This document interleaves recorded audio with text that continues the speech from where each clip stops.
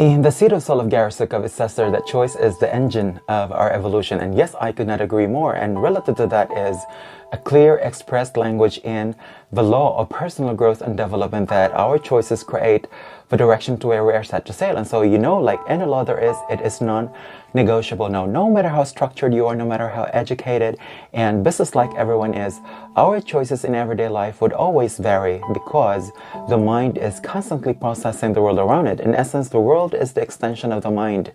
It is very systematic. It is so in order, except our thoughts.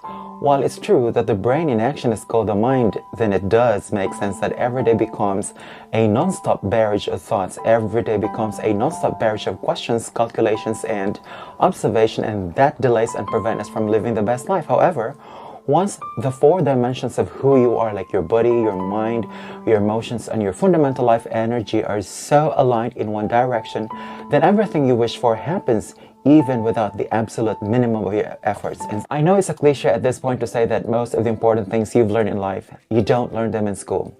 You don't learn them in university. Personally, as a sportsman, as a performer, as an entrepreneur, or let's say as a human being, that the most important things I have learned in life, I had to figure out all these myself, like in matters of self-efficacy, in matters of reasoning, in matters of personal finance, in matters of relationship, in matters of sex. I didn't learn them in school. You didn't learn them in school, did you? But I'm not trying to say that the degree programs I earned had little to do with all of me. No. I'm not talking fluffy shit here in this platform, most certainly. But here's the thing. As a sportsman, I developed this enduring patterns of thoughts, emotions, and finite behavior that sports is life. That every game is life, that life is a game in itself. And so, no matter what game I choose to play, only because I am addicted to that rush of emotions of the experience, even when moments have gone really to a close call.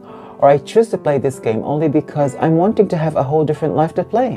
A life that I deserve, life that really serves my best interest, and life that really is protecting and is really advancing my overall health, and which I believe this thinking holds true with the rest of you.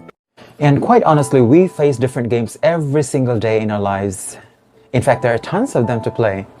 But what's the catch? That no matter how attracted you are to be participating to all of these games around you, bear in mind that you have your game, your only game in your lifetime that needs your utmost attention. And to be joining someone else's game is a lot of fun. It's okay, for as long as you have so much to contribute for their winning. So every game is packed with set of rules and standards to which all games have in common, isn't it? That without set of rules, there is no game to play. That without set of standards, there is no life to create at all. In other words, a set of rules and standards is what exactly defines your game. It's what defines your life. It's what defines your story. That you just need to follow this in every given situation as you play along, as you get being played with, as you do some kind of officiating, if I make sense, or make assessment pertaining to the truth of your personal rules that you choose, or else that is going to be a sure way to sail through the rough waters. Even successful people were not always winning in their games, and you are no exception, believe it or not. Even the choices you like may not always lead you to live your life its best. Now, when things aren't going your way many times, don't blame circumstance, don't blame people, don't blame anyone, don't blame life. You are not the victim of circumstance, you created them. We are creators of circumstances. Now, in order for you to score more in your game, it is best for you to change the set of rules and standards. And in so doing, you are changing the game. You just need to make sure to play the ball most skillfully, not beyond your sideline, not beyond your end line, not beyond your center line, if that makes sense. And so now, is it time for you to change your game? It's all on you.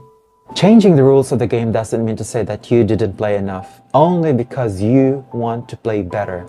Now, looking at changing life result is about changing the ball game. It is what it is. That is just like changing one area of your life that without you knowing it, that it could have ripple effects into other areas of your life, and it is your duty to fulfill that change. That is just similar to changing your fashion sense, that you need to change the design of your apparel, that you need to have a whole different styling and getting the right fabric quality, print design, and color that fits best to your pigmentation and your body type. You do it only because you want to think, look, and feel your best. Very clear. This is about self-improvement. This is about self-efficacy. This is about self-confidence, self-esteem, and nothing more, mi amor. So what these rules are in my rule book?